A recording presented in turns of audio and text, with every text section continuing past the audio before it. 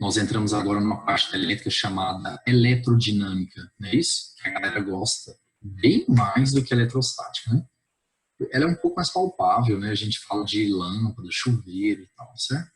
E o primeiro capítulo chama-se corrente elétrica. Eu já vou destacar aqui a definição, que a definição é fundamental.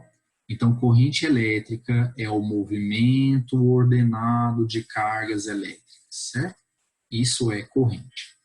Movimento ordenado de cargas elétricas. Destaque para a palavra ordenado, certo? Muito importante isso aqui. Então, vamos lá, gente. Vamos supor que você tem, então, um fio de cobre. Tá aqui o fio. Beleza? Tá aqui o fio de cobre.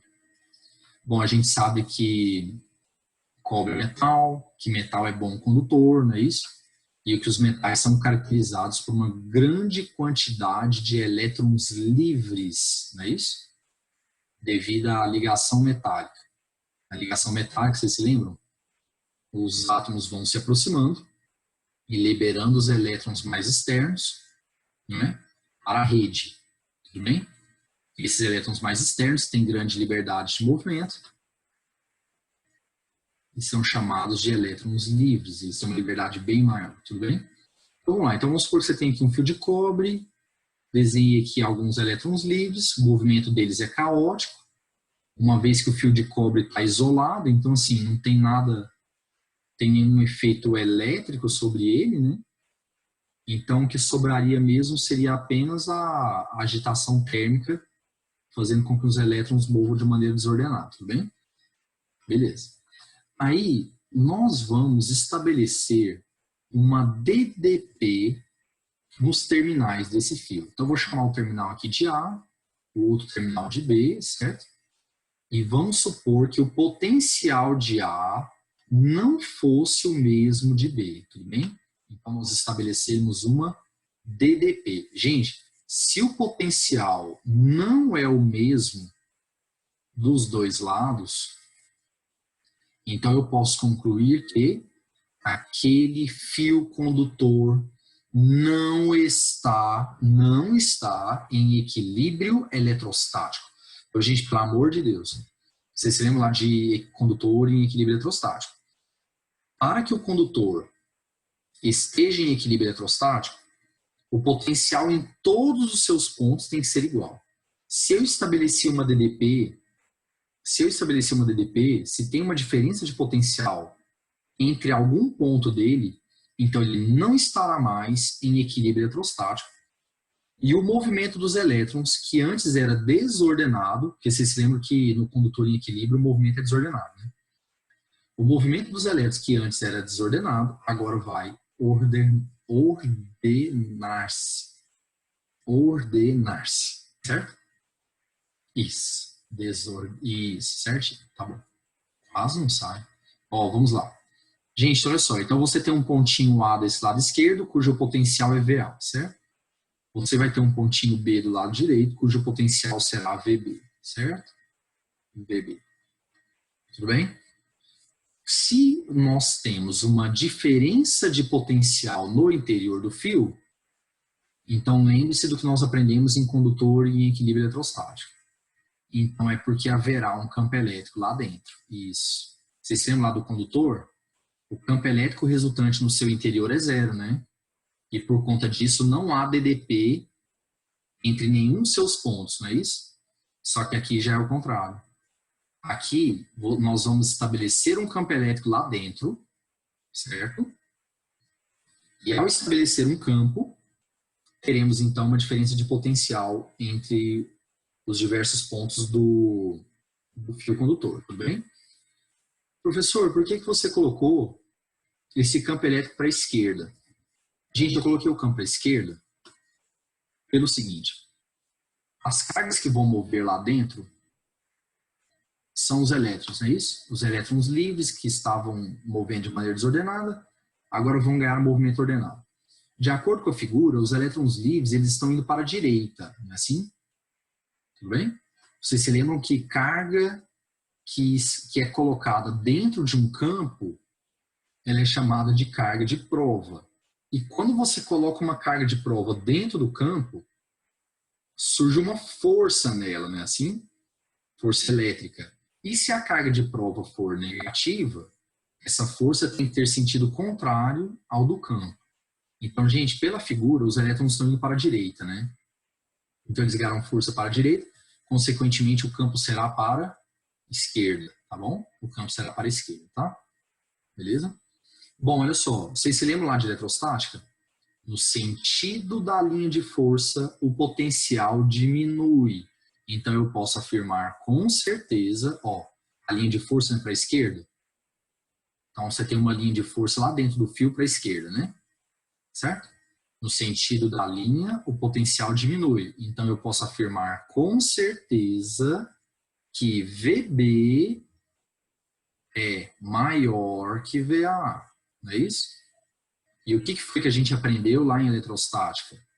Que carga negativa, como os elétrons, elas vão do menor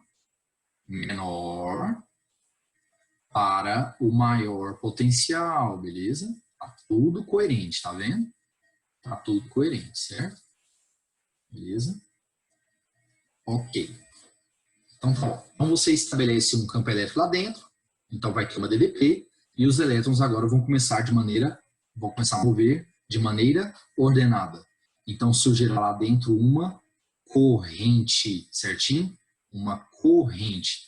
Gente, eu não sei se vocês se lembram disso, mas foi definido para o símbolo da corrente a letra I, não é isso? O símbolo da corrente elétrica é a letra I.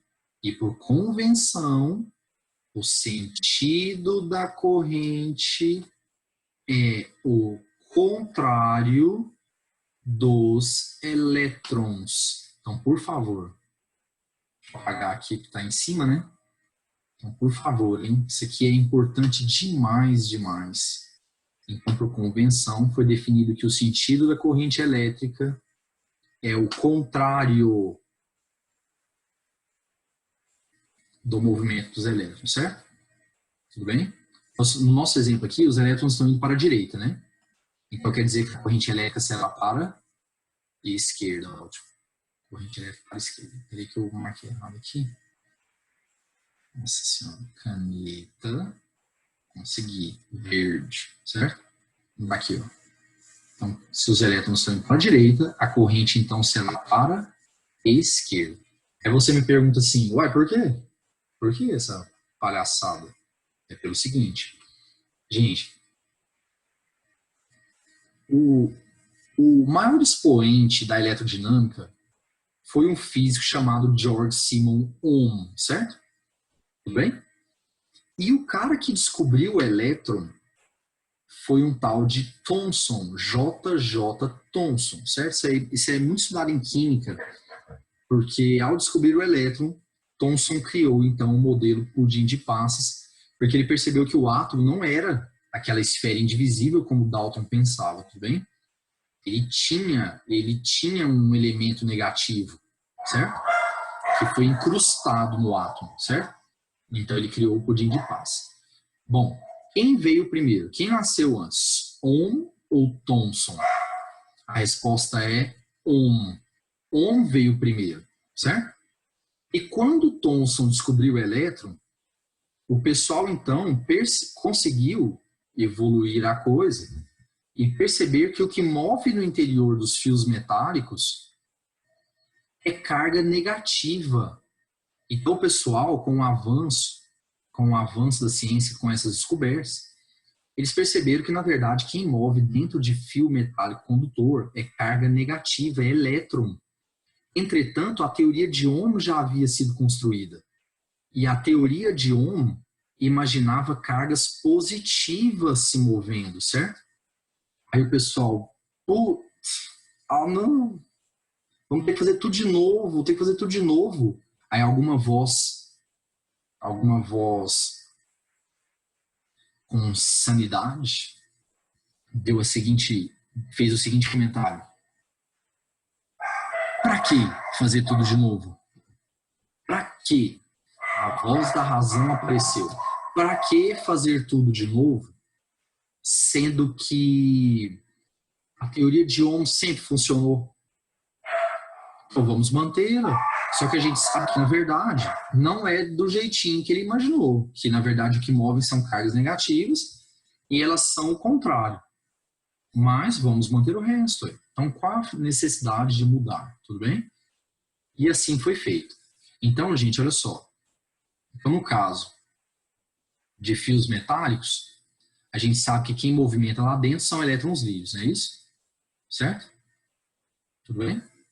Se os elétrons livres estiverem indo para a direita, então a corrente elétrica será para a esquerda, tá vendo? Porque a corrente elétrica foi pensada como se fossem cargas positivas em movimento, certo? Tudo bem? Então a corrente elétrica é o contrário dos elétrons, porque ela foi imaginada como cargas positivas em movimento, ok? Tá bom? Então, cuidado com isso, tá? Agora, uma observação. Chama-se corrente iônica. Gente, nem sempre, certo? A carga que move no interior do corpo condutor é elétron, certo? Então, por favor, nem sempre quem está movendo dentro do condutor é um elétron, isso não é regra. No caso dos metais, ok, o que move lá dentro é elétron livre. A corrente estabelecida nos metais é uma corrente de elétrons livres, ok? Certo? É o movimento ordenado de elétrons livres. Agora, imagine essa situação. Você vai lá, certo? Pega água, que é um líquido que não é um bom condutor, e acrescenta cloreto de sódio, certo? O famoso sal de cozinha, não é isso? Gente, ao jogar o cloreto de sódio na água, ele vai sofrer o que nós chamamos de dissociação, não é isso? Iônica. Então ele vai separar em cátion sódio e ânion cloro, certo? Tudo bem? Agora nós temos cargas espalhadas na água, certo? E agora sim, vamos ter um cara bom condutor. A água salgada é boa condutora. Aí o que nós vamos fazer? Nós vamos ligar os terminais de uma pilha à água. Então aqui, ó, gente. Então você pega o polo positivo, liga aqui a água, pega o polo negativo, conecte a água, certo? E como a água, ela é agora, água salgada, né? Ela agora é condutora, então a gente faz uma ligação, né? Ao colocar os terminais aqui na água salgada e a água salgada sendo condutora, então a gente acaba estabelecendo uma conexão, né? Entre a placa positiva e a placa negativa, certinho? Então é como se eu tivesse colocado um fio ali e agora as cargas têm por onde fluir, certo? Tudo bem? Bom, gente, obviamente que as cargas negativas irão para a esquerda, né? Atraídas pelo polo positivo, não é isso? E as cargas positivas irão para a direita, atraídas pelo polo negativo. Se as cargas positivas estão indo para a direita, é porque foi estabelecido um campo elétrico lá dentro para a direita. Certo? Foi estabelecido um campo elétrico para a direita, tá bom? Beleza? Então tá. Agora, olha só. Atenção. Nesse caso, a gente não tem apenas o movimento de cargas negativas, nós também teremos o movimento de cargas positivas, tudo bem? Aí, olha só, cuidado. Por convenção, o sentido da corrente é o de cargas positivas. Para o sódio, mantém-se do jeito que está. Então, a corrente elétrica criada pelos íons sódio será para a direita, porque o sódio é positivo, certo? E está indo para a direita, então sua corrente também será.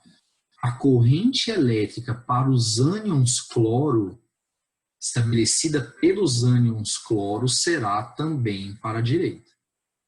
Porque a corrente elétrica é o contrário das cargas negativas, não é isso? Certo? Então, a corrente elétrica estabelecida pelos ânions cloro será para a direita também, porque ele é o contrário das cargas negativas. Então, nós teremos, então, duas correntes elétricas ali, para a direita, certo? Tudo bem? Beleza. Daqui a pouco vocês vão entender o que eu estou querendo dizer com isso, tá?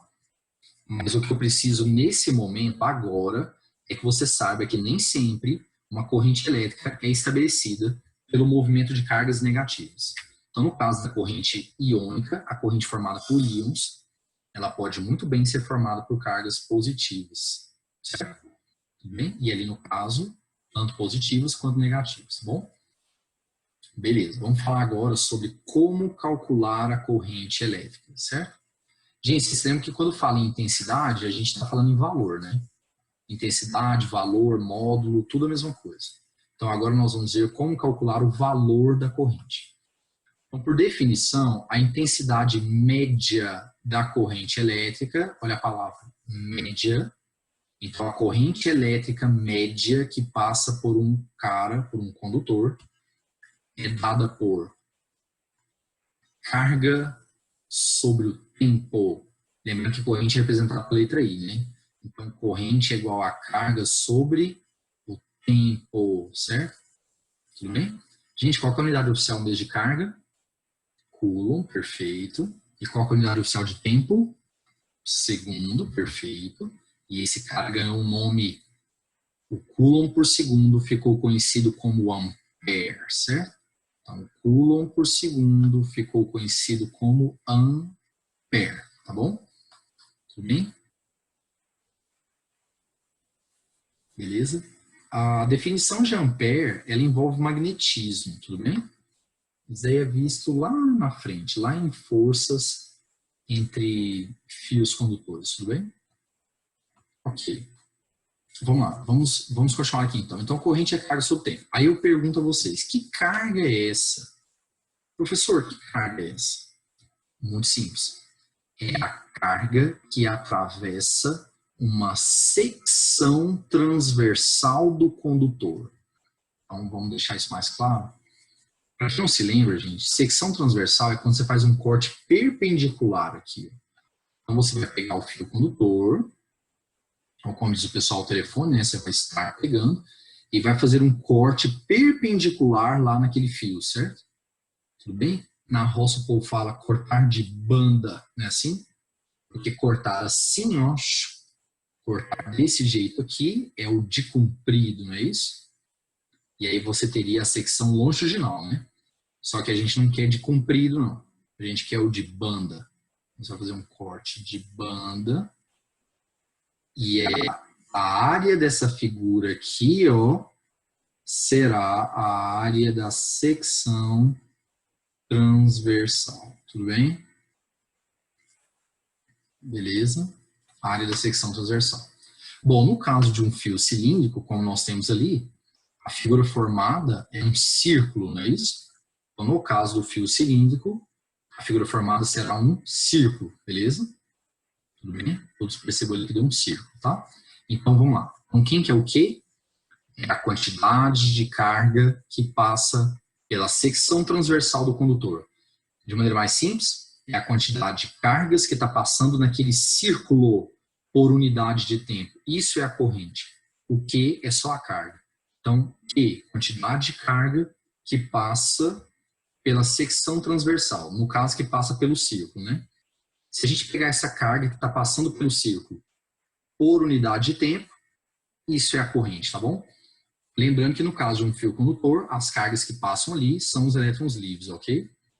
Beleza? Bom, nós vimos lá em eletrostática, no nosso primeiro capítulo, que carga é dada por N vezes E, né, gente? Então, nós podemos substituir e chegar na outra maneira, então, para calcular a corrente. Então, corrente, além de ser carga sobre o tempo, ela é dada por N vezes E sobre o tempo. Em que o E, vocês se lembram? Carga elétrica elementar, isso. Ele vale 1,6 vezes 10 a menos 19. E o N, vocês lembram na eletrostática? Gente, na eletrostática, o N era o número de elétrons em falta ou em excesso, não é isso? Certo? Aqui o N é o número de cargas que passa pela secção transversal. Então, ali no caso, seria a quantidade de cargas que vai passar pelo círculo. Tudo bem? Esse cara é o N. Tá bom? Lembrando que a corrente é dada em ampere. Beleza? Então, vamos continuar. Olha só. Gente, quantos tipos de corrente nós temos? Olha só, nós temos 3, na verdade. Alternada, contínua e pulsante. Mas a pulsante eu não comentei que realmente não há necessidade. Ela é um caso particular da alternada. Então vamos lá, vamos começar pela contínua. O que é uma corrente contínua, para quem não se lembra? Corrente contínua é aquela que mantém seu sentido invariável, certo? Mantém seu sentido invariável. O que isso quer dizer?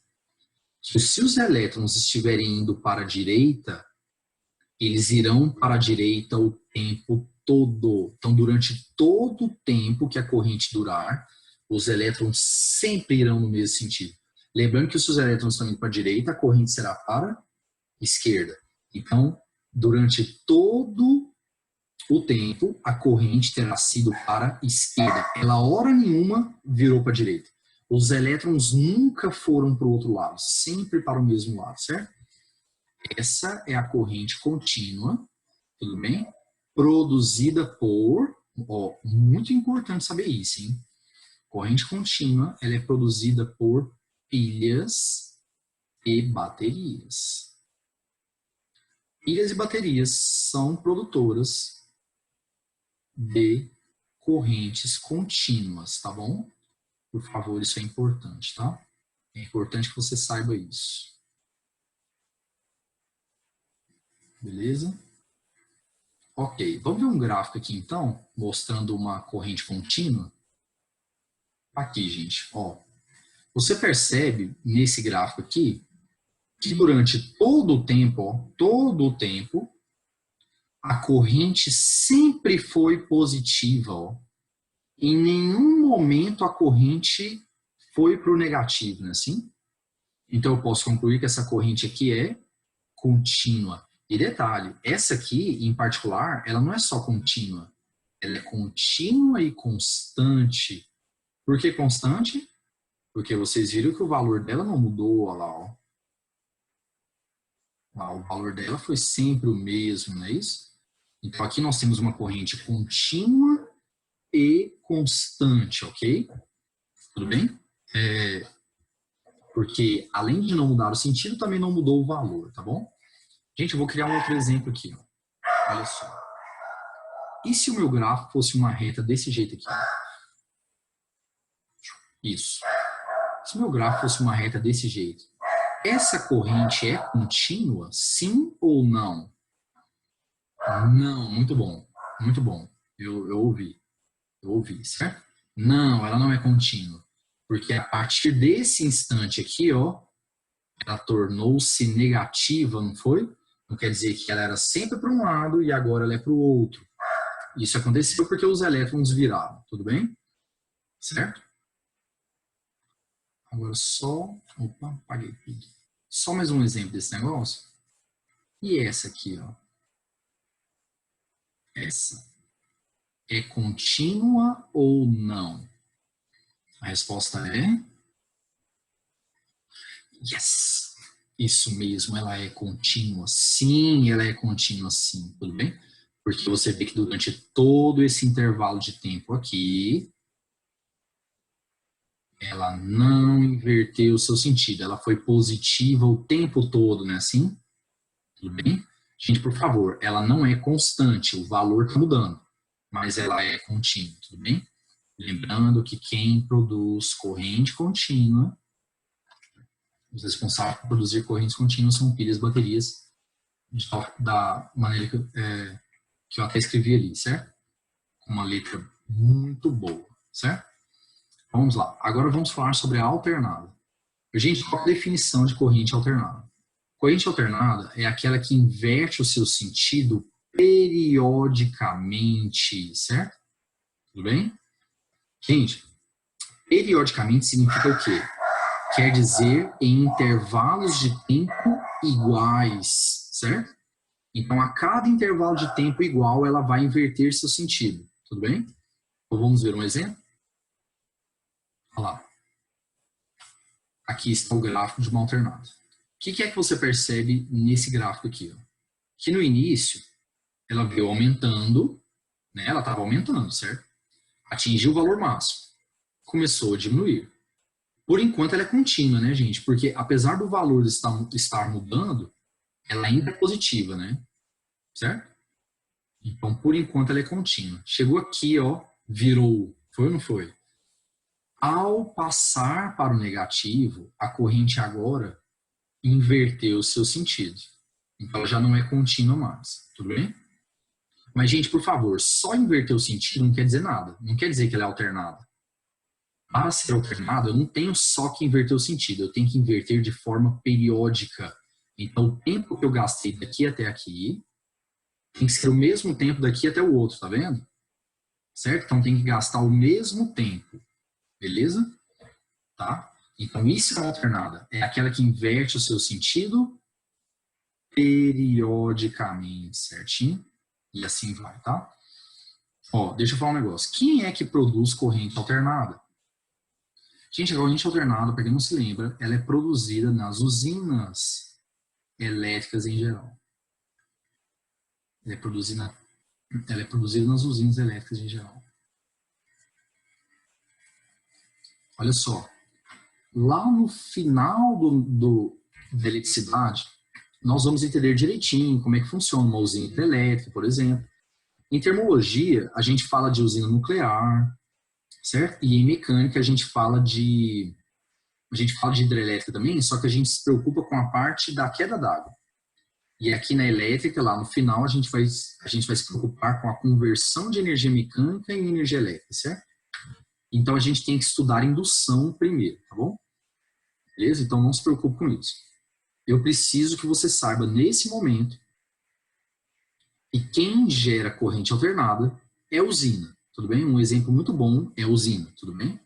Usina gera corrente alternada. Isso acontece porque a forma com a qual a espira gira e vai alterando as escovas. Então, a espira vai girando e as escovinhas vão mexendo de tal forma que fique toda hora para um lado, para o outro, para um lado, para o outro, certo?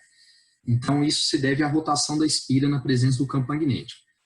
O jeito que eu falei aqui, realmente ficou porco, né? Nossa, não entendi nada. Tem nada grego. Grego, certo? Sou como hebraico aqui, mas é porque realmente não é nossa preocupação agora. Então, lá em indução, a gente vai ver sobre a rotação da espira, certo?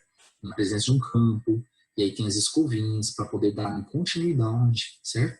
Para poderem dar continuidade a essa rotação, a continuidade da corrente na rotação. E aí a gente vai ver que ora a corrente é para um lado, ora é para o outro, para um lado, para o outro. Então, na corrente alternada, os elétrons ficam fazendo isso, né? Para um lado, para o outro, para um lado, para o outro. E ela bota o campo elétrico, ele é alternado, né? Fazendo com que todos os elétrons livres da rede comecem a oscilar, tudo bem? Então, todos os elétrons livres da rede começam a oscilar. Não se preocupe com nada disso agora, tá bom? Não se preocupe com nada disso agora. Mas, que é a usina. A usina é um exemplo de cara que produz corrente alternada. Gente, deixa eu fazer uma observação. Os nossos aparelhos, eles trabalham com correntes contínuas. Entretanto, a corrente elétrica que chega às nossas tomadas é do tipo alternada, certo? Então, a gente tem que ter um aparelhozinho, um elemento do circuito, que pega essa corrente alternada e transforma em contínua, tudo bem? O nome dele é diodo. Diodo. Tudo bem? O diodo é o elemento de circuito elétrico cuja finalidade é transformar corrente alternada em corrente contínua. Tudo bem? Beleza, vamos continuar. Olha só. Existe uma propriedade muito importante que sai do gráfico. É o seguinte. Gente, vamos supor que eu perguntasse a você assim, fulano, Calcule a quantidade de carga que passou pela secção transversal. Certo? Calcule a quantidade de carga que passou pela secção transversal.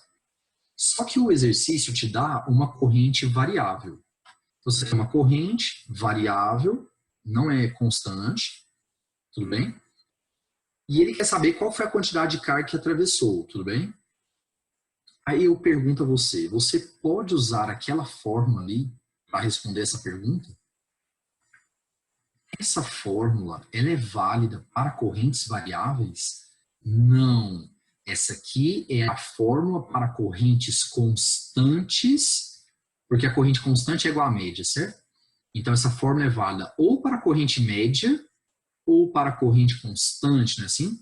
Gente, se a corrente for constante, é óbvio que a fórmula vai valer, porque, por exemplo, olha a minha situação aqui. Aqui. Opa, peraí. Olha esse exemplo aqui. Essa corrente aqui, ela é constante, não é? Então, vamos supor que ela fosse 10 amperes a vida toda. Qual foi o valor médio dela? Se a minha corrente é 10 amperes a vida toda, qual é o valor médio dela? 10 amperes, certo? Então, a corrente contínua, a corrente constante, perdão, ela é igual à média, tudo bem? Então, você pode usar aquela fórmula para correntes constantes e para corrente média. Se não for uma corrente constante, ou se o exercício não falar de corrente média, olha só o que você vai ter que fazer. Gente, eu vou demonstrar para a corrente constante e depois nós vamos generalizar, tá bom? Então, vamos supor que eu quisesse a quantidade de carga que passou pela secção transversal entre os instantes T1 e T2, tá bom? T1 e T2. Pessoal, se nós fizermos a área dessa figura aqui, ó, olha só o que vai dar. Essa figura aqui é um retângulo, né? E se nós fizermos a área do retângulo, olha lá o que vai dar, gente. Vai dar o seguinte. Base, a base é ΔT, não é isso? T2 menos T1, ΔT. Vezes a altura. A altura é I, não é isso? Gravem isso aí, tá bom? Vamos lá na fórmula? Isole na fórmula. Quem é I vezes o tempo? I vezes o tempo é a carga, não é isso?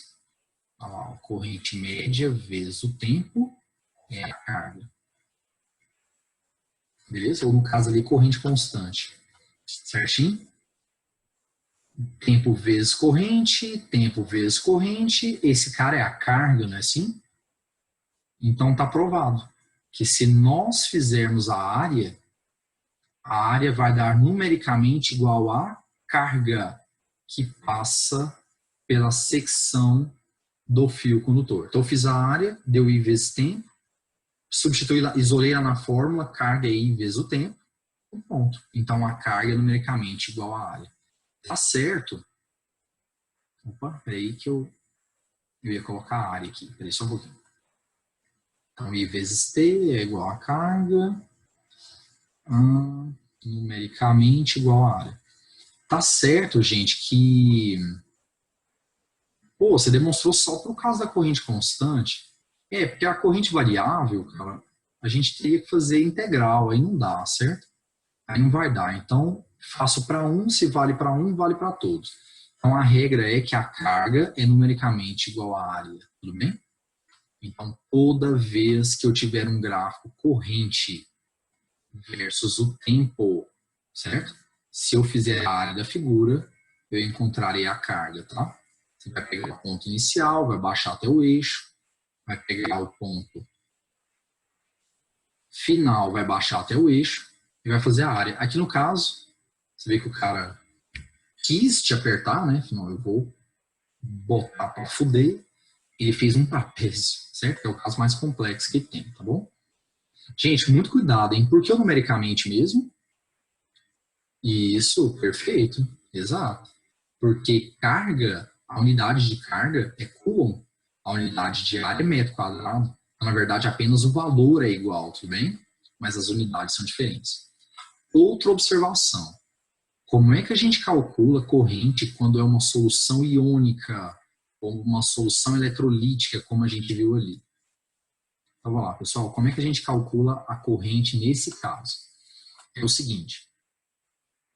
Vamos voltar lá naquele slide da corrente iônica. Aqui, ó. Olha só. Na fórmula que nós acabamos de ver de corrente é carga sobre o tempo, né? Que carga é essa, gente? A carga que atravessa vou pegar uma outra cor diferente aqui. Aquele Q é a carga que atravessa uma secção transversal, não é isso? Então aqui, gente, aqui está a água, tudo bem? Fundo da vasilha aqui, certo? Superfície da água ali. Aí você tem cloro vindo para a esquerda, ânion cloro, e o cátion sódio indo para a direita, não é isso? Vocês concordam comigo que a quantidade de cargas que vai passar pela secção transversal, ela não é só a carga do sódio, beleza? Sódio para cá, né? E ela também não é só a carga do cloro. Os dois estão passando pela secção transversal ao mesmo tempo, certo? Tudo bem? Então você vai pegar a carga total que atravessa ali. Então você vai pegar a carga do sódio e a carga do cloro, porque os dois atravessam a secção transversal, tudo bem? Um para cada lado. A quantidade de carga total que está atravessando é a soma das duas, beleza? Então ficaria assim, ó. Ficaria assim. Aqui. Então a corrente, ela será dada por módulo da carga dos ânions, porque o ânion, obviamente, é negativo, né? Mais o módulo da carga dos cátions, nem precisava disso, dividido pelo tempo. Então você vai somar as cargas, tudo bem? Beleza? Ou então, vamos aproveitar aquela observação que eu fiz. Aqui, ó. Lembra que eu coloquei a corrente do cloro para a direita, porque ele é carga negativa e corrente é o contrário da carga negativa, lembra disso? Então, olha só, você poderia também fazer o seguinte, ó, calcular a corrente do cloro separadamente, carga dele pelo tempo. Calcular a corrente do sódio separadamente, certo? Carga dele pelo tempo. E somar as duas, que você percebe que as duas deram o mesmo sentido. E você vai ver que vai dar a mesma coisa do outro que a gente acabou de discutir, tá bom? Certo? Então tem essas duas opções, tá? Eu já pego a carga total ali que está passando e soma, divide pelo tempo, ou então calcula cada corrente separada, a corrente de cada íon separado, e você viu que no caso deu o mesmo sentido, some as duas, certo? Tudo bem? Muito cuidado, hein, com a solução, com o caso da corrente iônica por causa desses detalhes, tá bom?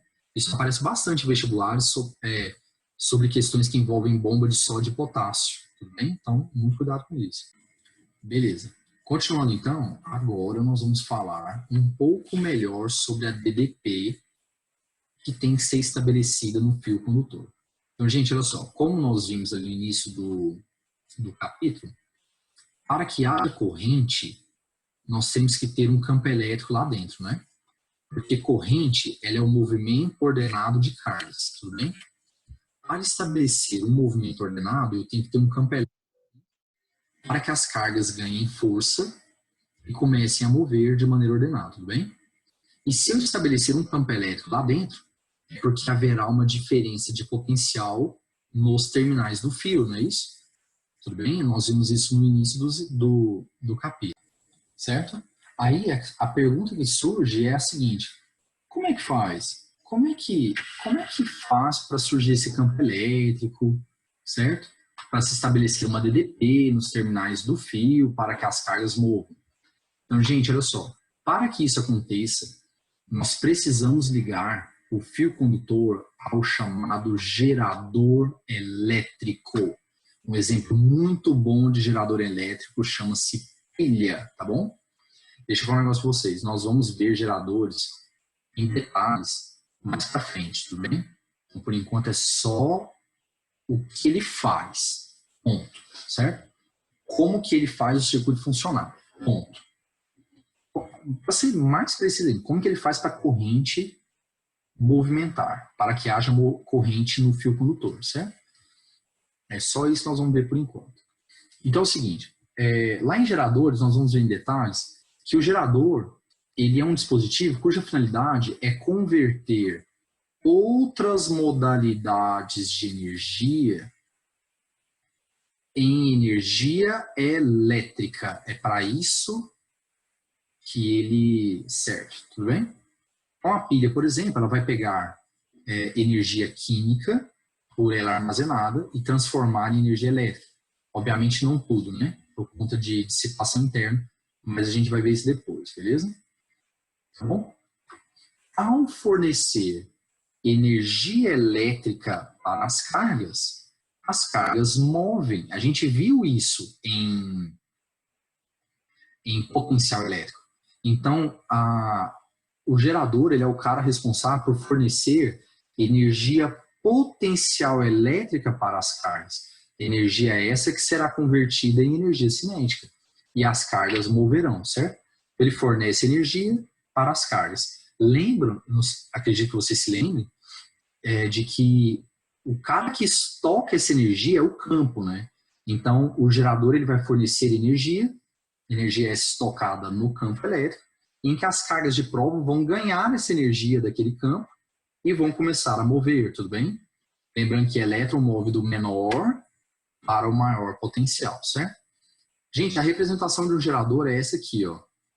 Então, o símbolo de um gerador são esses dois tracinhos aqui, certo? Em que o traço maior representa o polo positivo. Por que traço maior, vocês sabem? Porque o polo positivo é o que tem o maior potencial. Então, olha lá, se você observar o desenho, aqui na pilha, gente, eu vou chamar o polo positivo. O polo positivo é o que tem a bundinha, que é a protuberância. Vou chamar o polo positivo de A, certo? E lá do outro lado, o polo negativo, vou chamá-lo de B. O potencial do ponto A será VA, não é isso? Certo? E o potencial do ponto B será VB, em que o VA é o maior, tá bom? O VA é o maior, beleza? Tá? Porque o polo positivo tem maior potencial, tá bom? Ok. Olha só. Então, esse pedaço aqui, ó, esse fio com aqueles dois tracinhos representando os polos, esse cara aqui, isso aqui, é o gerador, tá bom? Aí nós vamos pegar e vamos ligar os terminais de um fio condutor, aqui o fio, ao gerador, beleza? Bom, gente, quando você liga os terminais do fio ao gerador, olha só o que vai acontecer. Vamos considerar desprezível a resistência desse pedaço de fio aqui, ó, desse e do outro. Gente, resistência desprezível quer dizer que os elétrons livres podem mover livremente. Como esse exemplo. A resistência desprezível quer dizer que os elétrons livres podem mover livremente naquele pedaço ali, tá? Então, nesse pedaço aqui, os elétrons podem mover de boa, vamos falar assim, sem nenhum obstáculo, e nesse outro pedaço aqui também. Mas esse trecho do fio aqui tem resistência. Tudo bem? Os elétrons não vão poder mover livremente, eles vão ter obstáculos no caminho. Quais seriam esses obstáculos?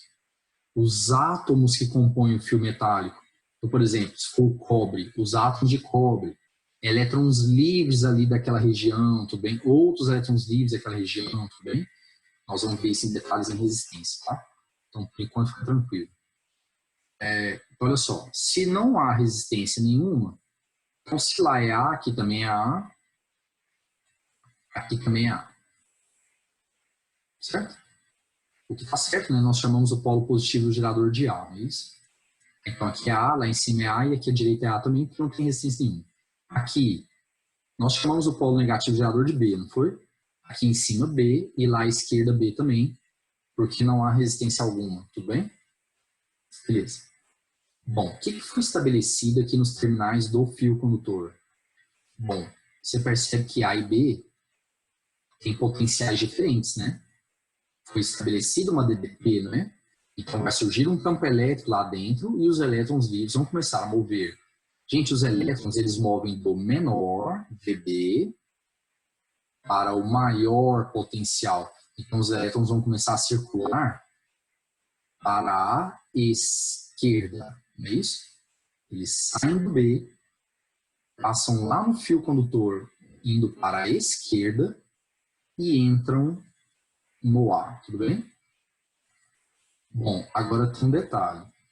Por convenção, o sentido da corrente é o contrário dos elétrons, não é isso? Então, se os elétrons estão indo para a esquerda, a corrente elétrica, então, será para a direita, saindo do mais e indo para o menos. Gente, pelo amor de Deus. Corrente elétrica é o contrário dos elétrons. Os elétrons vão do menor para o maior potencial. Eles vão do menos para o mais. E a corrente é o contrário, então. A corrente ela sempre sairá do mais e irá para o menos, tá bom? Certo? A corrente elétrica ela é como se fosse cargas positivas e ela vai do mais para o menos, tá? Bom, como eu havia dito, foi estabelecida uma DDP nos terminais do fio. Uma DDP UAB, né? Porque os terminais do fio são A e B, não é isso? Então, UAB. Nossa, porta a letra aqui, perdão. E DDP é a diferença de potencial, né? Então, UAB é a mesma coisa que VA menos VB, certo? Tudo bem? Então, o gerador ele vai fornecer energia para as cargas. Então, quer dizer que foi estabelecido um campo elétrico lá dentro. Porque se as cargas ganharam energia, é porque elas estão num ponto em que tem potencial, certo? E um ponto que tem potencial é um ponto dentro de um campo, não é isso? Então vocês veem, gente, olha só, o tanto que eletrostática é importante. Se você é ruim em eletrostática, você não entende eletrodinâmica, você decora. Ah, a corrente vai do mais para o menos. Você decorando, você está entendendo nada, certo? Você está entendendo nada. Então, por favor, então os elétrons vão do menos para o mais, ao ser estabelecida a EDP, e a corrente elétrica, ao contrário, ela vai do mais para o menos, ok? Certinho? Bom, pessoal, continuando então, bom, nós paramos aqui no gerador, né? Vimos que ele é o cara responsável por fornecer energia para o movimento das cargas e ser estabelecida a corrente, né? Vimos o sentido da corrente. Esse slide aqui, eu peguei um livro só comentando sobre como funciona uma pilha, mas isso é visto em eletroquímica, certo? Então, se é objeto de estudo da química, lá vai ser visto de forma bem melhor, tá? Não vou comentar nada sobre isso, por enquanto não. Bom, vamos destrinchar um pouco mais isso que nós acabamos de discutir sobre o gerador, certo? Bom, então vamos dar uma... Saiu meio curto ali. Agora já foi. Então vamos dar uma destrinchada melhor nisso que nós acabamos de ver sobre o gerador. Então, gente, vamos supor que você tenha duas placas metálicas eletrizadas. Uma placa A, ok? E uma placa B, tá aqui. Então, duas placas eletrizadas, A e B. Placa A eletrizada com carga positiva, placa B eletrizada com carga negativa, não é isso? Certo? Bom, nós vimos que potencial é uma grandeza escalar e que quando a carga é positiva, o potencial é positivo, e quando a carga é negativa, o potencial é negativo. Então, conclusão, o potencial de A será maior que o de B, tá bom? Então, temos duas placas, em que o potencial da placa A será maior que o potencial da placa B, tudo bem? Ok. Vamos conectá-las por um fio metálico. Bom, gente, metal é condutor, né? Então ele vai permitir a movimentação de elétrons. E o que vai acontecer? Conectando as placas por um fio metálico, elétrons começarão a fluir de B para A, certo? Por quê, gente? Por que de B para A? Porque os elétrons, eles movem do menor para o maior potencial, não é isso? Ou então uma outra maneira que você pode dizer é assim, que os elétrons são atraídos pelos prótons em excesso do outro, certo? Carga negativa atraída pela carga positiva. Bom, à medida que os elétrons vão subindo, o que vai acontecer? Então lá, então você tem uma placa A com um certo potencial VA, não é isso? Uma placa B com um certo potencial VB, né? Ok? À medida que os elétrons forem passando de B para a carga positiva de A vai diminuindo, não vai? A carga positiva de A, porque está recebendo elétrons, essa carga vai diminuindo, aproximando da neutralidade, não é isso? Se a carga positiva diminui, o potencial de A também diminuirá, certo? Tudo bem? Então vamos inventar um exemplo aqui, gente. Antes o potencial da placa A era 15 volts. Aí ela começa a ganhar elétrons, obviamente a carga positiva dela está diminuindo, certo? Porque os elétrons vão neutralizando prótons em excesso. Vamos pegar aquela fórmula que nós aprendemos que vale para condutor esférico. O potencial é Kq sobre R, por favor, que vai para condutor esférico. Kq sobre R. Se a carga está diminuindo, o potencial também diminuirá, certo? E para o B, o que vai acontecer para o B?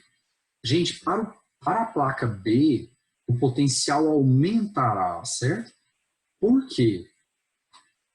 Porque a placa B, ela está perdendo carga negativa, certo? Então, vamos inventar um exemplo. O potencial da placa B antes era menos 10. Potencial, você se lembra que, se for para condutor esférico, pelo amor de Deus, Q sobre R, não é isso? Em que o Q é a carga negativa, por isso que o potencial é negativo, certo? À medida que essa carga vai diminuindo, à medida que a carga da placa vai diminuindo, ela vai se aproximando do neutro, não vai? O potencial, então, começa a subir. Porque, gente, quando a carga for zero, o potencial tem que ser zero, não é isso? Se não há carga, não tem ninguém gerando campo ali, certo? E se não tem campo elétrico, não tem potencial em nenhum ponto do campo. Não tem campo.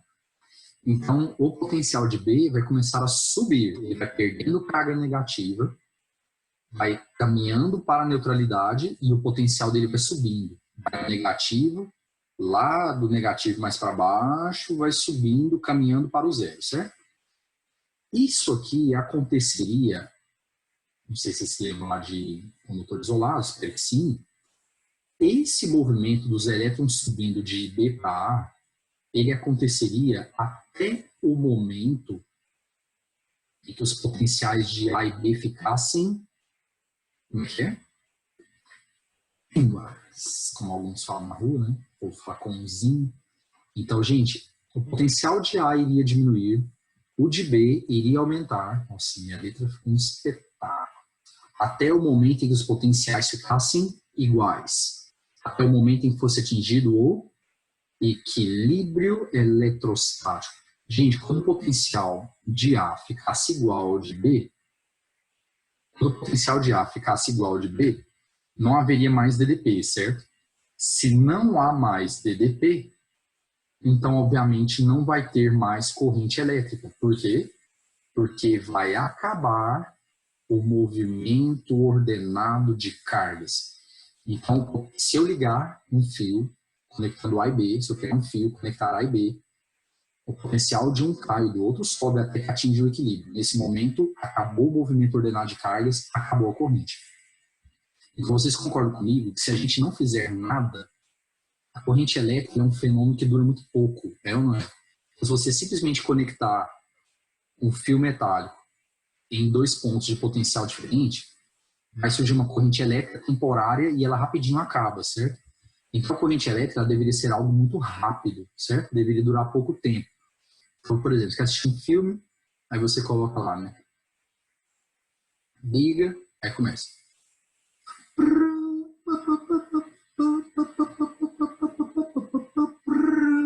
Acabou. Acabou, não ia durar nada, certo? Você não ia conseguir assistir suas coisas porque não ia durar muito tempo. Corrente acessar. Já pensou quarentena sem Netflix? O que você acha? Certo? Sem computador para você assistir suas lives, né? Então você vê que a coisa ia ficar muito complexa. Bom, então olha só, onde o gerador entra nessa história?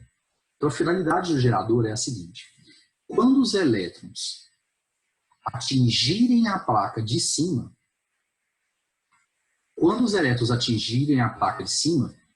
Gente, quando os elétrons chegam ali, ok, eles deveriam parar, certo?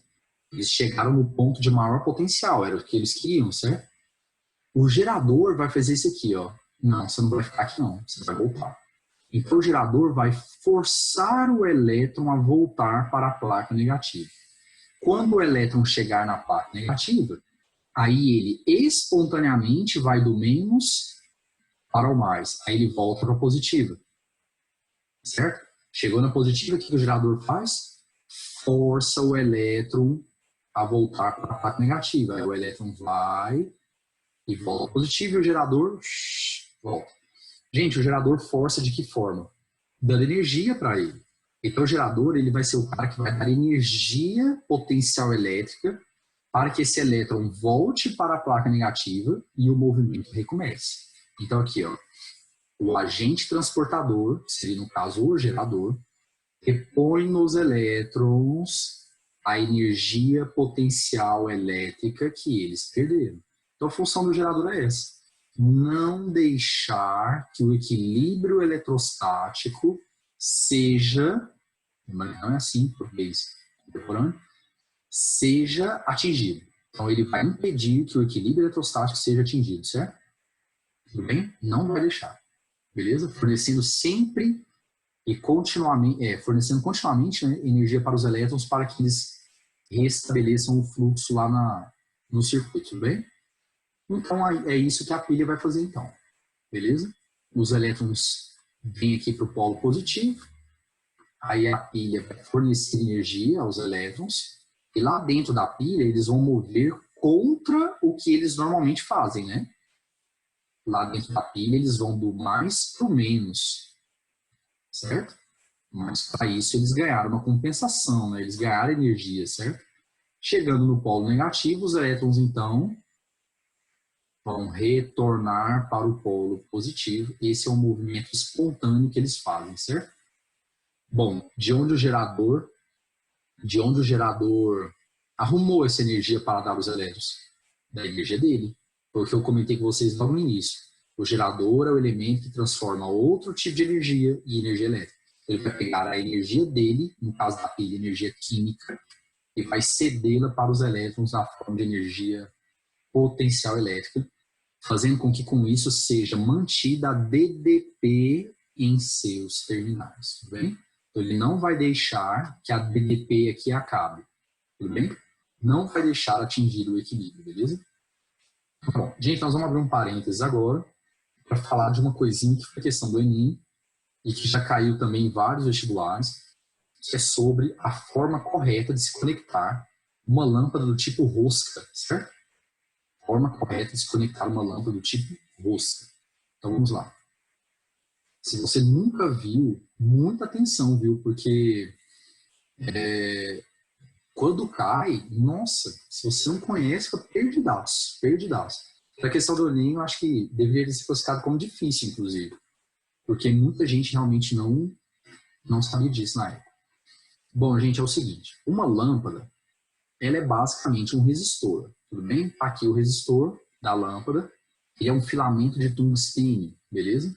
Tungstênio é um elemento químico de temperatura de fusão e de ebulição altíssimas, tudo bem? Certo? Se não me engano, os maiores valores da tabela periódica. Bom, olha só, o que um resistor faz? Nós vamos ver isso depois, mas eu acredito que muitos já sabem. Um resistor, ele pega energia elétrica e transforma em energia térmica, tudo bem? Chega um momento em que o aquecimento é tão grande que ele brilha, certo? Ele passa da faixa do infravermelho e entra na faixa luminosa. Ele brilha e aí você então enxerga. A lâmpada emite luz, beleza? Tá bom. Gente, para que o resistor funcione, o que tem que passar nele? Uma corrente, não é isso? E para que haja corrente, tem que ter DDP. Então a gente vai ter que pegar o resistor da lâmpada, que é o nosso fio condutor, e conectar um terminal dele num polo, o outro terminal dele no outro polo da pilha, não é isso? Porque se você conecta um terminal num polo, o outro terminal no outro polo, então foi estabelecida uma DDP entre os seus terminais, porque cada polo tem um potencial diferente, não é isso? Certo? Beleza. Então vamos lá. um terminal do resistor, ele é ligado à base da rosca, e o outro terminal do resistor é ligado à bundinha, que a gente fala. É uma solda de liga contendo estanho para ser feito o contato. Então, essa aqui é a estrutura básica de uma lâmpada incandescente. Então, gente, um terminal do resistor está na base da rosca, o outro terminal está na solda ou na bundinha, tudo bem? Aqui está o resistor e, obrigatoriamente, tem que passar uma corrente nele para que a lâmpada acenda, certo? O resistor, ele é um filamento de tungstênio. Para que haja corrente, tem que ter DDP, não tem? Então, qual que é a ideia básica? A ideia básica é a seguinte. Eu vou fazer em cima do desenho aqui, vai ficar meio pouco, mas tudo bem. Ó, a ideia básica é a seguinte, então. Como a gente acabou de discutir, tenho que ligar um terminal do resistor a um polo do gerador e o outro terminal do resistor ao outro polo do gerador, certo? Gente, qual polo tem que estar com qual? Não importa. Pode ser o polo positivo na base da rosca, na bundinha, tanto faz, daí é indiferente. Ao fazer isso, então o que foi que eu estabeleci? Chamo os terminais de gerador de A e B, certo? Tudo bem? É óbvio, gente, é óbvio que todo esse trecho aqui, ó, ele é feito de fios condutores, e fios condutores têm resistência, né? Mas nós vamos desprezar a resistência de toda essa parte e toda essa parte aqui do outro lado, ficando apenas a resistência do filamentozinho, porque ela é muito maior do que as outras, então a gente vai desprezar as outras e ficar só com essa. Beleza? Se não há resistência naquele caminho, então aqui é A, certo? Aqui para cá vai ser A. E aqui, ó, vamos lá, daqui até lá em cima, daqui até lá em cima, não tem resistência também não. Então ali será B, certo? Então um é A, o outro é B. Beleza? Ou seja, terminais de nomes diferentes, potenciais diferentes, foi estabelecida uma DDP lá no resistor, certo? E então quer dizer que vai passar corrente elétrica ali, tá bom? Beleza? Então tá. Bom, vamos lá então. Gente, então vai passar corrente, tudo ok, tá funcionando. Entenderam como é que funciona o esquema? Então vamos ver a questão do Enem. A questão do Enem é exatamente para a gente ver se a lâmpada está conectada corretamente ou não. Então vamos lá. Um estudante empolgado, essa palavra e exercício de física não combinam, certo?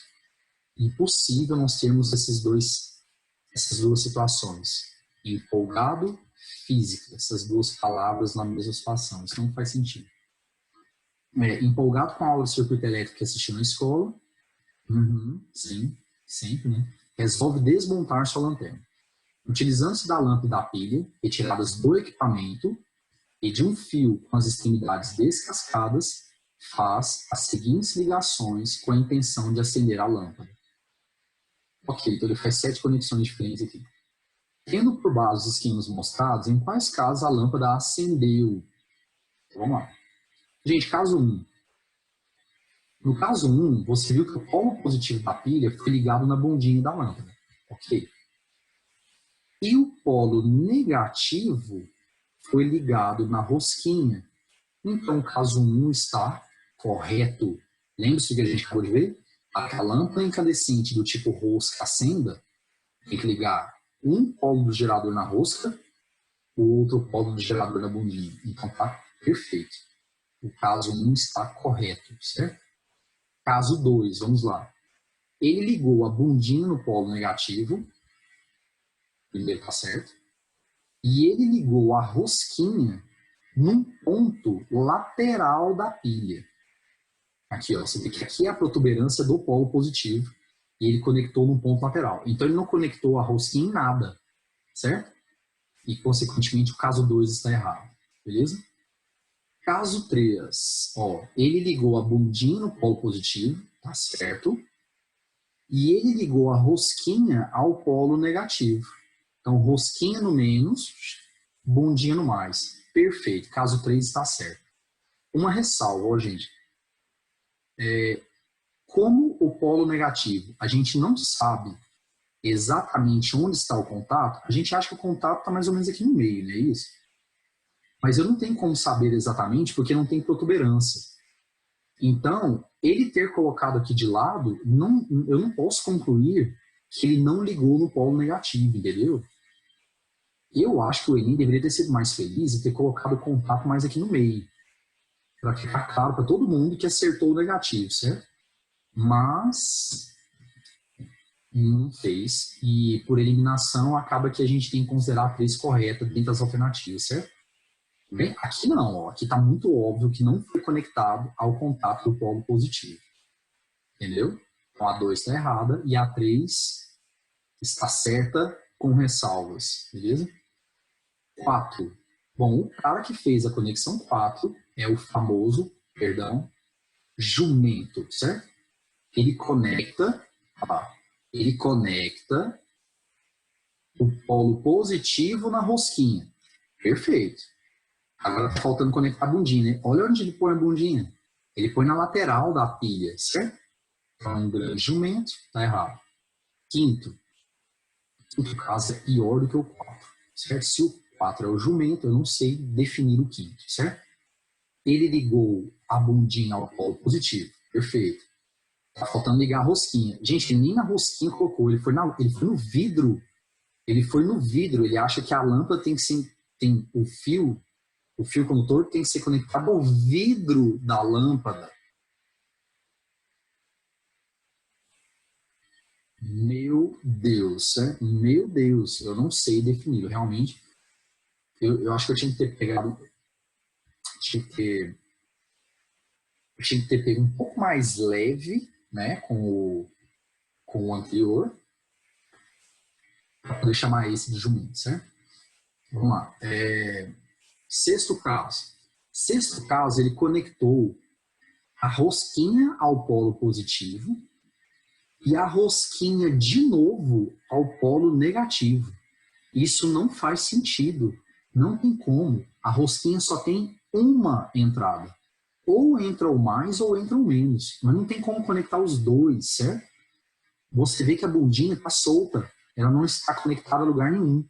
Se a bundinha não está conectada a nada, gente, não tem como a corrente vir, passar, entrar com a rosquinha, passar lá, chegou na rosquinha, né? Chegou na bundinha, perdão, sem saída. Não, isso não existe, tudo bem? O 6 está errado e o 7 está certo, né? Ele conecta a rosquinha ao polo positivo e o outro terminal, que é a bundinha, ele conecta ao polo negativo, certo? Então ficou letra D, né? Tudo bem? D, beleza? Ok? Vamos lá. Agora nós vamos falar um pouco sobre os efeitos fisiológicos da corrente. Então, vamos lá, gente, é o seguinte. Efeitos fisiológicos da corrente. Gente, a corrente elétrica, a passagem de corrente elétrica por um corpo, ela pode gerar vários efeitos. Por exemplo, efeito térmico, que é o chamado efeito Joule. A passagem de cargas, ao colidirem com outras, vão dissipar energia elétrica, somar calor. Nós vamos ver isso depois. Então, o primeiro seria o efeito térmico. Corrente gera campo magnético, então efeito magnético, certo? E um caso interessante é o efeito que ela faz em corpos, em organismos vivos, os efeitos fisiológicos. Vamos lá, esse aqui é um trecho que eu peguei de um livro muito, muito bacana, feito pelo grupo de reelaboração do ensino de física, o GREF, certo? É muito, muito legal esse trecho.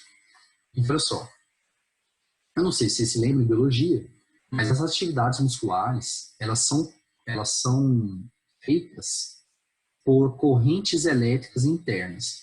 Então, gente, as atividades musculares, elas se mantêm sob controle a partir de correntes elétricas internas. A passagem de corrente elétrica produzida pelo nosso corpo é que controla essa atividade muscular. Quando você recebe uma corrente elétrica de fora, uma corrente elétrica externa, o que acontece? A passagem de uma corrente elétrica externa, ela faz com que haja uma perda do controle. Então, vai ocorrer uma perda do controle das atividades musculares, certo? Produzindo, então, paralisia respiratória, travamento do coração, que seria parada cardíaca, fibrilação ventricular, certo? Você perde o controle dos músculos e isso acontece devido ao grande aquecimento que ocorre nos nervos, de tal forma que eles aquecem tanto que eles perdem a sua capacidade motora comum, tudo bem? A capacidade de fazer o comando correto, certo? Vamos falar assim. Não sou biólogo, né, gente? Então, tem as minhas limitações nessa parte. Então, assim, a corrente elétrica de origem externa pode resultar em graves descontroles. E aqui uns exemplos. Então, paralisia respiratória, parada cardíaca, fibrilação ventricular. Perda do controle dos movimentos. Tudo bem? Pela desnaturação de nervos. Beleza. Bom, dentre esses exemplos de consequências que a corrente gera no nosso corpo, ao passar no nosso corpo, tem uma consequência que eu diria que é mais grave que as outras, que é a fibrilação ventricular. A fibrilação ventricular, eu diria que ela é a mais grave ela é o caso mais grave dentre os exemplos que eu citei ali. Por quê? A fibrilação ventricular, para quem não se lembra, é quando os movimentos de contração, eles perdem a coordenação. Então aqui, ó, movimentos de contração não coordenados dos ventrículos, resultando no desaparecimento do bombardeamento sanguíneo. Então o que acontece é o seguinte: o seu coração está lá, batendo normalmente, e a passagem de corrente fez com que ele perdesse o controle. Então, o bombeamento vai ficar totalmente descontrolado. Por exemplo, com o coração, a contração, vai ficar totalmente descontrolada, fazendo com que o coração não consiga mais bombear o sangue. Então, esse é um caso gravíssimo, que tem um agravante. Normalmente, quando você cessa a corrente externa, os sintomas desaparecem. Então, por exemplo, está lá com o coração travado, cortou a corrente, o coração volta a bater. Está com parada respiratória, está travado, corta a corrente, volta, certo? Às vezes está lá grudado, toma um choque, está grudado. Cortou a fonte, solta a mão. Agora a fibrilação, raríssimas vezes, ela cessa espontaneamente. Então a pessoa, o coração já não está conseguindo bombear e ele vai continuar nesse estado. Então aqui, ó, uma vez iniciada, ela raramente cessa espontaneamente. Então é algo que não vai ser resolvido simplesmente tirando a corrente que passa no corpo do cara, certo? Então é um caso realmente bem grave. Deixa eu falar um negócio para vocês. Quando perguntarem sobre choque, defina choque elétrico. É isso. Choque é a passagem de corrente elétrica pelo corpo. Então eu tomo choque toda vez que a corrente elétrica passa pelo meu corpo, certo? Ok? Então olha só. Então, para que eu não tome choque, eu não posso ter uma corrente externa passando em mim, não é isso? E qual é o segredo mesmo para que não haja corrente? O que foi que a gente viu para que não haja corrente? Não pode ser estabelecida uma DDP. Então, gente, para que eu não tome choque, para que não haja passagem de corrente em mim, eu não posso estabelecer uma DDP. Então, aqui é um caso clássico de pessoa tomando choque. O menino, ele segura com uma mão um condutor que está com certo potencial V2. Beleza? Obviamente que o condutor sozinho não vai ter como passar corrente nele, porque se a corrente chegasse aqui e não tivesse nada, ela não teria para onde ir. Então, na verdade, nem teria corrente. Deixa eu fazer um desenho aqui. O fio condutor sozinho, tá aqui, ó. O fio 2 aqui, ó. Desse jeito aqui, sem um terminal de saída conectado a alguma coisa, desse jeito não tem corrente. Porque não tem como os elétrons virem, os elétrons, na verdade, são contrários à corrente. Não tem como os elétrons virem e perceberem que não tem saída e voltarem. Isso não existe. Tudo bem? Isso não existe, tá? Então, olha só. Com o fio sozinho, ele não tem como ter corrente. Mas ao segurá-lo, eu agora forneço um caminho para os elétrons. E se eu segurar em um outro ponto, cujo potencial seja diferente do 2, beleza. Consegui o que era necessário para que a corrente se estabelecesse. Uma DDP, não é isso? E então a corrente elétrica vai passar. E esse caso aqui é um bem grave, né? Porque a corrente elétrica, o caminho dela será preferencialmente pelo coração, certo? Então esse aqui é um caso bem grave.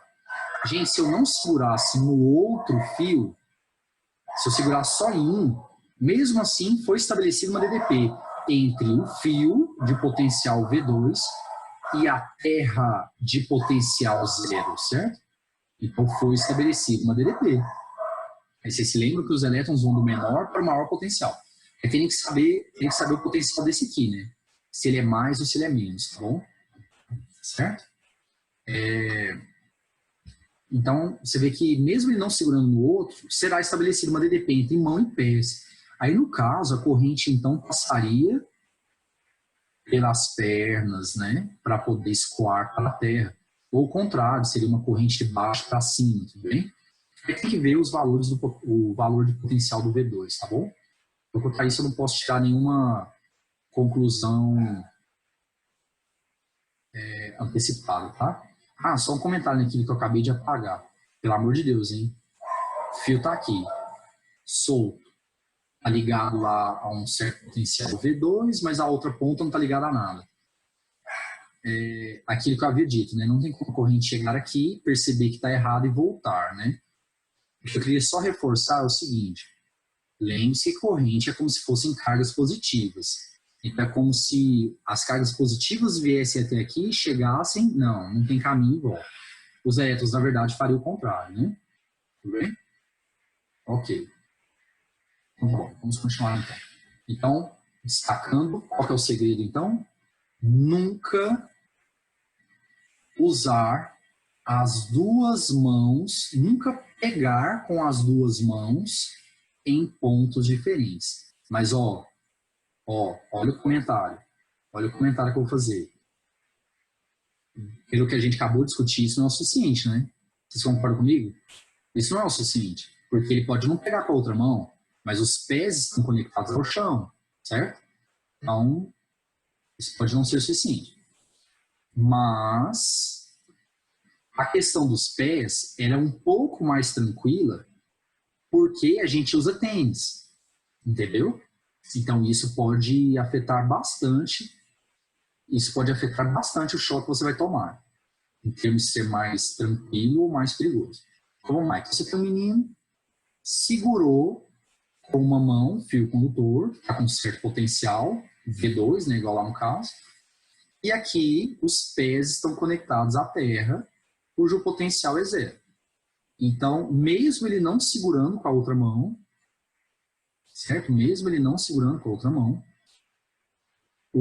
foi estabelecida uma DDP, então ele vai tomar choque. E o choque que ele vai tomar, o quão violento ele pode ser, depende de alguns fatores. Vamos lá? Primeiro fator, aqui. Primeiro fator é o acoplamento entre a mão dele e o condutor, certo? Então, de que forma a mão dele acopla com o condutor?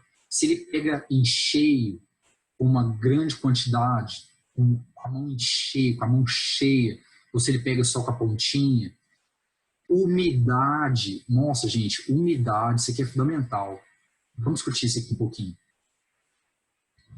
O ser humano, o corpo do ser humano, ele é considerado ele não é um isolante, mas ele também não é um excelente condutor. Ele é considerado um razoável, porque nós temos uma quantidade de sais dissolvidos no corpo, que circulam e tudo mais. Ele é médio. Agora, a nossa pele, ela tem uma resistência alta. A nossa pele tem uma resistência altíssima, da ordem de milhares de ohms, tudo bem? Só que essa resistência ela pode cair muito se sua mão estiver molhada, certo? Porque quando você molha a mão, você agora principalmente molhada se a mão estiver suada. Porque no suor a gente tem sais dissociados. E esses sais vão tornar a pele condutora, tudo bem? A presença de sais vai tornar a pele um condutor bem melhor, fazendo com que a resistência caia bastante. E com isso, tem a possibilidade da passagem fácil de corrente. Então, estar com a mão molhada, estar com a mão suada, a água pura, por si só, ela não é um condutor bom, não. Todos sabem disso. Entretanto, nós temos sais, isso aqui é inevitável, sua mão está ali, às vezes você está transpirando, ou a mão estava suja, tem alguma coisa na mão impregnada que, às vezes, na presença de água, isso pode dissociar e aumentar a condutividade da sua mão, da sua pele, né?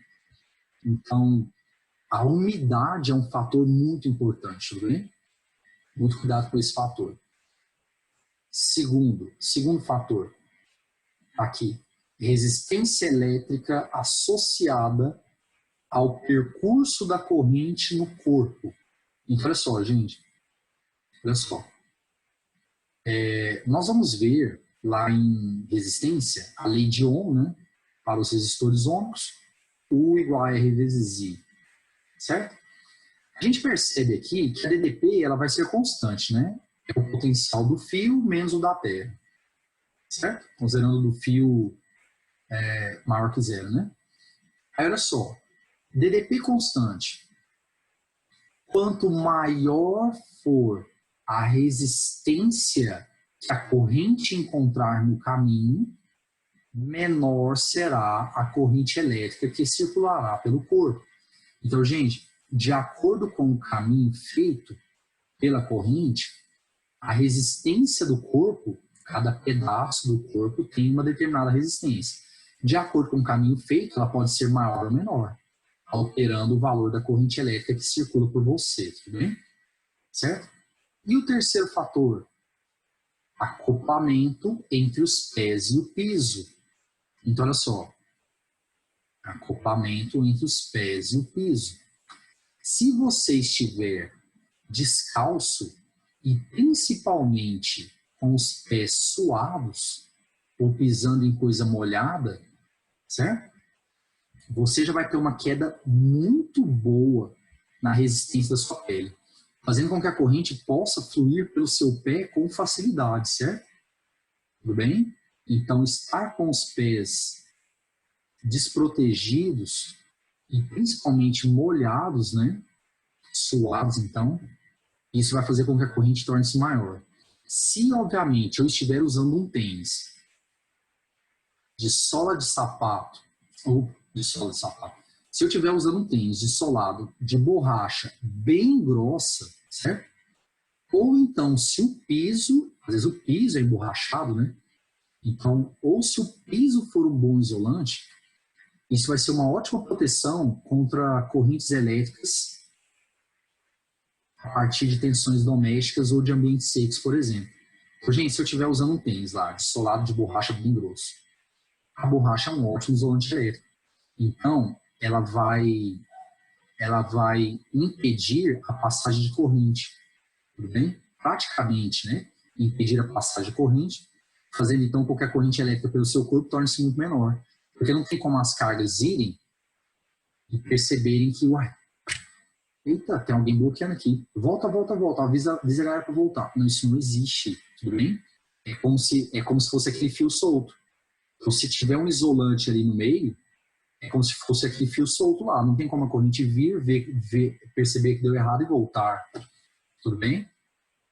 Então, essa é uma ótima possibilidade. É como você está calçado. Aqui em Goiânia teve um caso, uns 2 anos atrás, se não me engano, que ocorreu num parque novo, foi feito aqui, chama Macambira Nicuns. Eu vi essa reportagem no jornal. Existem umas quadras de futebol e não havia a proteção adequada do poste. Então, o poste de luz ele era metálico e sem aterramento. Vocês lembram que a gente liga a terra para poder neutralizar qualquer carga que estiver carregado. Você tinha um poste, ele era metálico, certo? E não tinha aterramento, não estava conectado à terra para poder descarregar. O que acontece? Eventualmente, pode ser que algum fio desencapado, alguma coisa entre em contato com a carcaça do poste, que é metálico. Se isso acontecer, o poste vai eletrizar. E o poste metálico ele é feito de material condutor. E as cargas elétricas em excesso do condutor, a gente sabe que elas vão para a superfície, não é assim? Então as cargas vão e acumulam na superfície. Beleza? Se ele estivesse aterrado, essas cargas na superfície escoariam para a terra. Ok. Mas não havia aterramento. Aí o pessoal jogando bola e terminou o jogo, todo mundo suado. Já começa por aí. O cara estava descalço. E cansado, encostou no poste. Ao encostar no poste, ele passou a ser o fio terra. Ele fez essa conexão poste, carcaça carregada com a terra. Foi estabelecida uma DDP entre pés e mão, certo? E aí, obviamente, veio a corrente elétrica. Surgiu, então, a corrente elétrica. A corrente elétrica passou por ele, ocorreu um travamento dos músculos, certo? Travamento do coração. Então, a corrente elétrica pode muito bem ter passado pelo coração e descido. E não conseguiram soltá-lo a tempo. Ele morreu ali mesmo, certo? Ele morreu ali mesmo. Eu não sei, eu não me lembro a reportagem em detalhes. Eu não sei se ele chegou, se o pessoal conseguiu retirá-lo, mas aí pelo tempo que ele ficou com o coração travado, tentaram reanimar e não conseguiram. Se deu fibrilação, não sei qual foi o caso. Ou se simplesmente ficou preso. E aquele tempo em que o coração ficou travado foi suficiente para que ele morresse. Eu não sei qual foi o caso da morte corretamente. Tudo bem? Mas sabemos que foi por choque. E ele tinha todos os fatores pró-corrente. Estava suado, acoplamento bom entre mão e condutor, veio com a mão cheia, descalço. Certo? E o condutor desaterrado. Beleza? Que é o caso que eu queria comentar com vocês aqui, ó. Então, o fio terra, a gente fala do fio terra lá em indução, né? Para poder fazer o movimento de cargas e carregar o induzido, né? Perdão. Então, para que o induzido fique eletrizado. Aqui a ideia é descarregar um condutor. Então, o fio terra, gente, olha o símbolo dele aqui, ó. Ele é um fio com esses esquinhos aqui, ó. Esses esquinhos representam um fio que está ligado à terra, é o fio terra. Então, no nosso caso aqui em elerodinâmica, eu quero um cara que vai ser conectado à carcaça metálica de um circuito, certo? A carcaça metálica de um circuito.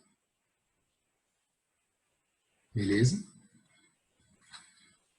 Para que qualquer carga em excesso na carcaça, porque a carcaça metálica, as cargas em excesso vão para a superfície, para que essas cargas possam ser escoadas para a terra. Tudo bem? Certinho? Tornando a instalação elétrica mais segura. Deixa eu abrir um parênteses aqui, gente. Olha só. Olha só.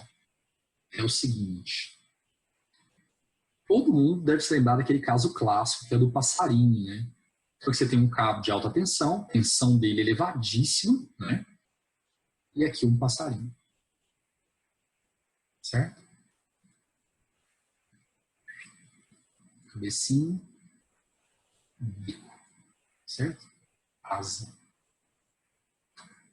Tudo bem? Acabei de botar um pato em cima do fio, certo? Bom, e a gente sabe que não acontece nada com ele, né? Pô, o bichinho tá ligado no cabo de alta tensão, não acontece nada. Não. Não, pois ele está ligado em um fio de mesmo potencial, mas, independente disso, estabelecesse com a DDP nas patinhas dele aqui, ó, porque existe uma distância entre elas, né? Sendo estabelecida uma DDP nas patinhas dele, aliás, vou reclamar para ele.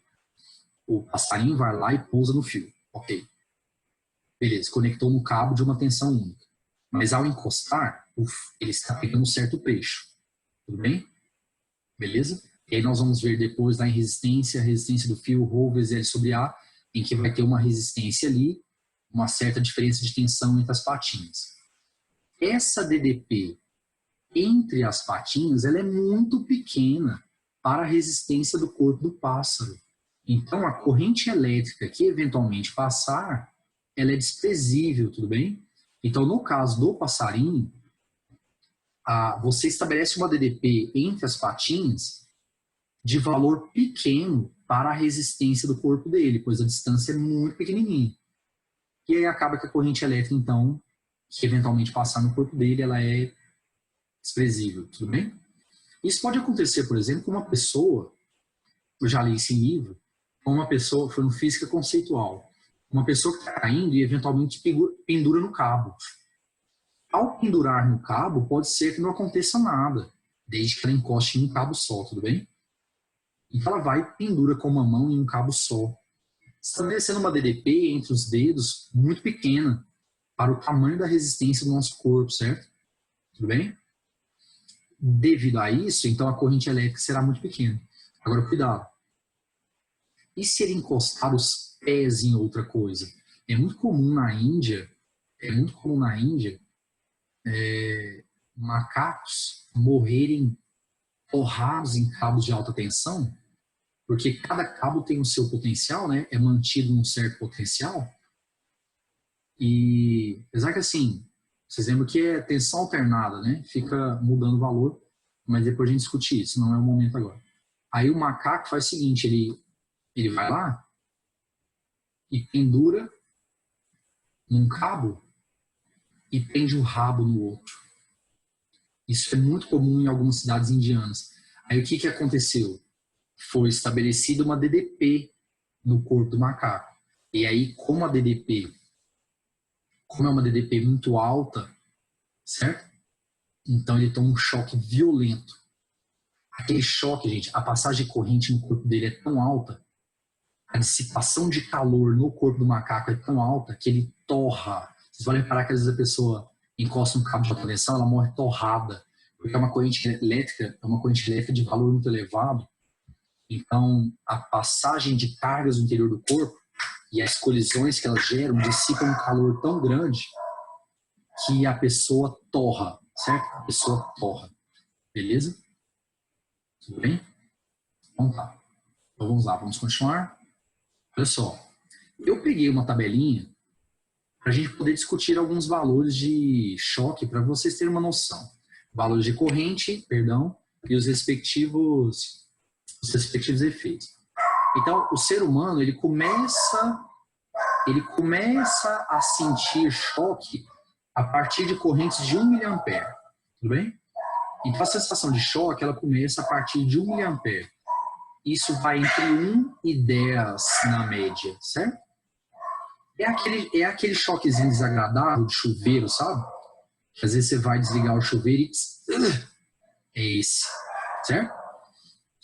E que você sente principalmente quando corta o dedo. Pode reparar. Quem tem o hábito de tirar a cutícula, né? Às vezes vai lá tá lá na manicure, ou às vezes vai sozinho, não sei. Tá, aí vai lá, quando vai tomar banho, e na hora de desligar é pior. Porque tá molhado, e como você cortou a pele, então você diminuiu sensivelmente a resistência naquele ponto, né? Então é possível a passagem de carga, certo? Tudo bem? Uma corrente razoável para você.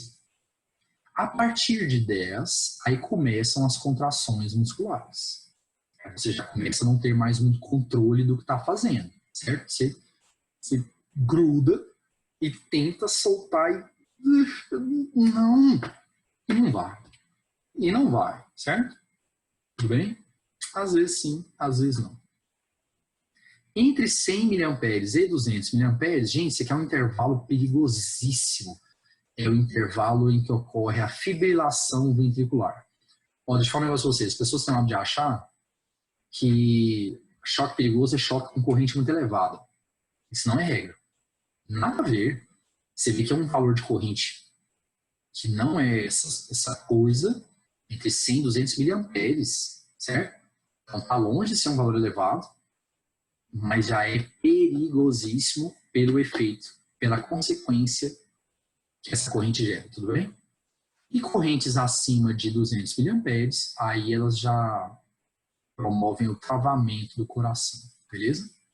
dependendo, como eu comentei com vocês, se o valor for alto demais, além do tratamento, queimaduras graves, tá bom?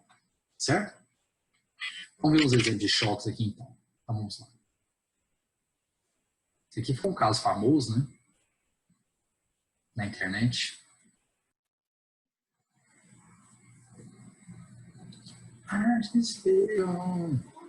No inglês dele.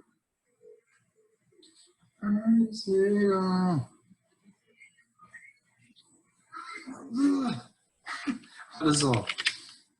O cidadão, o que ele fez? Ele, ao conectar a vassoura ao cabo, ele fez uma conexão cabo de alta tensão, árvore, que está ligada à terra, né? Então, a corrente passou pelo corpo dele. A sorte do cidadão é que estava ele apoiado em árvore, e madeira não é boa condutora elétrica, nem de longe, não é verdade? Madeira é um isolante elétrico. Ele estava segurando a vassoura, provavelmente de cabo de madeira também, certo? Provavelmente não era uma vassoura metálica, certo? Ele não está molhado. O tempo está até fechando ali no fundo. Ele deu sorte, já tomou o susto logo, certo? Então esse cidadão, ele deu muita sorte. Então, o que eu sugiro é que você não cante com vassoura na mão próximo a cabo. Porque às vezes você empolga, né? E começa a balançar a vassoura e lá vai, certo? Beleza. Um outro exemplo, esse eu gostei. Esse eu achei engraçado.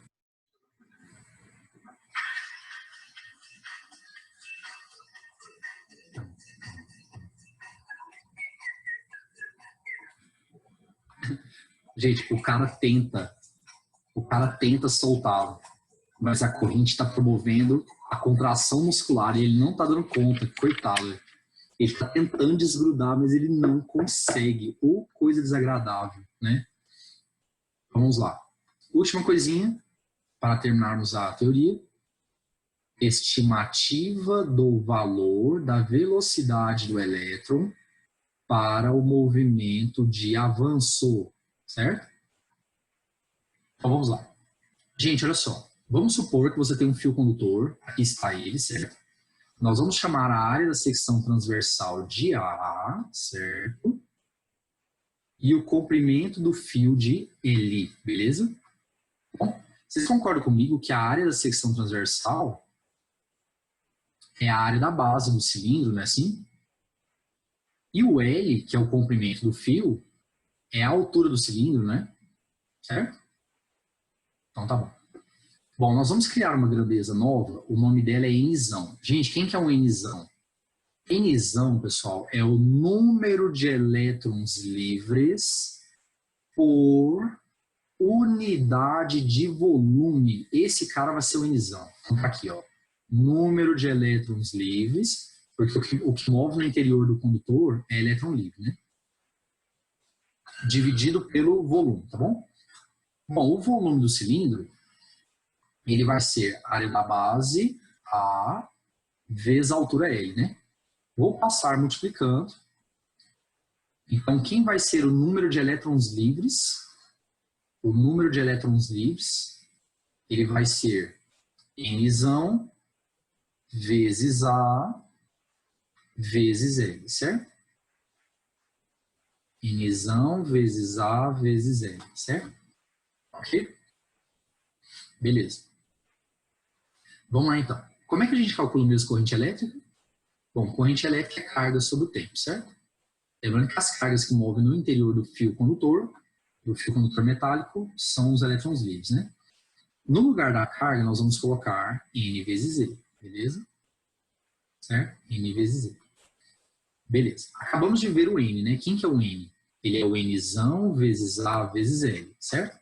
Isso aqui vezes E sobre o tempo, tá? Gente, quem é esse cara aqui, ó? Considerando que os elétrons livres movam de maneira uniforme lá dentro do fio. Então, se os elétrons livres se moverem de maneira uniforme lá dentro do fio, quem é ΔS sobre ΔT lá no movimento uniforme? velocidade ou velocidade instantânea ou velocidade média, né? Porque no movimento uniforme, a instantânea é igual à média. Tudo bem? Então, ΔS sobre ΔT é a velocidade. Que velocidade é essa? Velocidade de avanço. Velocidade com a qual os elétrons livres movem lá dentro do fio condutor, tá bom? Beleza, chegamos então na fórmula. Uma fórmula meio rara, certo? Não é muito normal, mas que a gente tem que pecar pelo excesso, né? A gente tem que aplicar para tudo, certo? A fórmula é I igual a nave. Então, pessoal, de quantas formas nós podemos calcular corrente? 3. Carga sobre o tempo. N vezes Z sobre o tempo, que na verdade são a mesma coisa. Na V. Aí vamos lá. Na V. Quem que é o Nzão? Número de elétrons livres por unidade de volume. Quem é o A? O A é a área da secção transversal. O V é a velocidade de movimento dos elétrons lá dentro. E o E é a carga elétrica elementar, certo? Tudo bem? Gente, dessa forma, nós podemos tirar uma conclusão importante, que eu não vi o Enem cobrar ainda, certo? Eu não vi o Enem cobrar ainda, mas seria algo muito interessante ser cobrado, que é o seguinte: a gente percebe que quanto maior for a área da secção transversal, aqui, ó, quanto maior for a área da secção transversal, maior é a corrente elétrica que pode passar no fio condutor, certo? Então, quanto maior for a área da secção transversal, maior será a corrente elétrica que poderá passar pelo condutor. Então, por favor, aqui em casa, por exemplo, quando eu olho lá no disjuntor, eu vejo que o ar-condicionado ele demanda uma corrente só para ele de 20 amperes, que é o dobro dos outros aparelhos, certo? Então, o ar-condicionado, como ele é um elemento que demanda muita energia, ele tem uma corrente alta, certo? E aí o que acontece? Eu tenho certeza que a fiação usada para a tomada do ar-condicionado, com certeza será mais grossa do que a dos outros. A corrente que ele precisa é maior, então isso levará a uma maior área da secção transversal. Então, quanto maior for a corrente que aquele fio precisa aguentar, mais grosso o fio tem que ser, tá bom? Certo? Isso é uma conclusão importante, tá? Inclusive, até coloquei um parágrafo aqui resumindo isso, tá bom?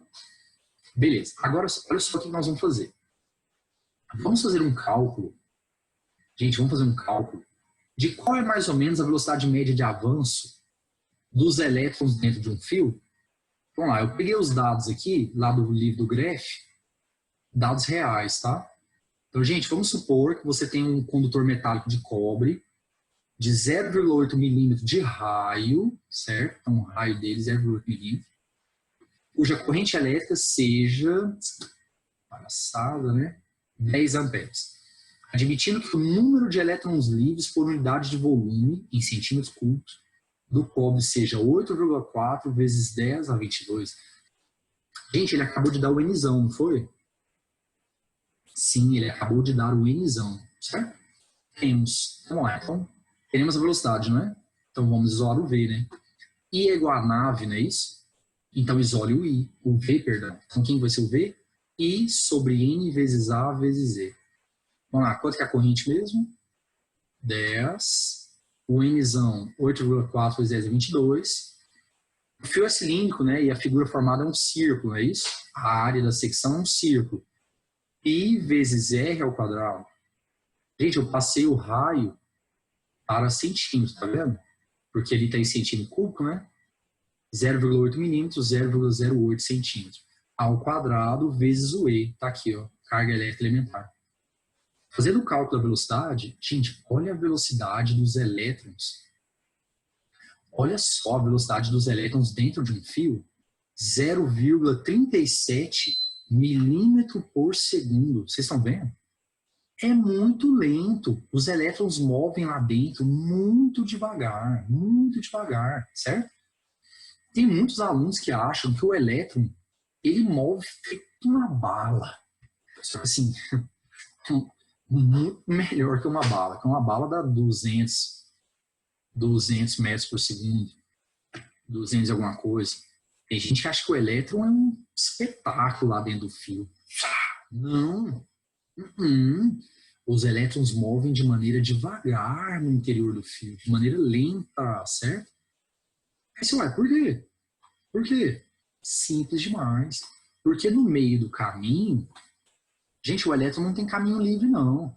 Naquele trajeto todo, ele vai ter vários outros elétrons livres, porque vocês viram ali o dado? 8,4 vezes 10 elevado a 22 elétrons em 1 centímetro cúbico. Então tem elétron demais. Então no meio do caminho ele vai encontrar com vários elétrons e os próprios átomos do fio condutor, a rede cristalina, certo? Então, quando você estabelece o campo elétrico, vocês lembram o que carga ganha dentro do campo? Força. E toda vez que o corpo ganha força, ele é acelerado? É ou não é? Então o elétron era para ele acelerar e ó, sair super rápido, mas ele não consegue fazer isso porque acelera, bate. Acelera, bate, bate, bate, bate. Então o elétron toda hora é bloqueado por alguém, de tal forma que ele não consegue atingir velocidades muito altas, ok?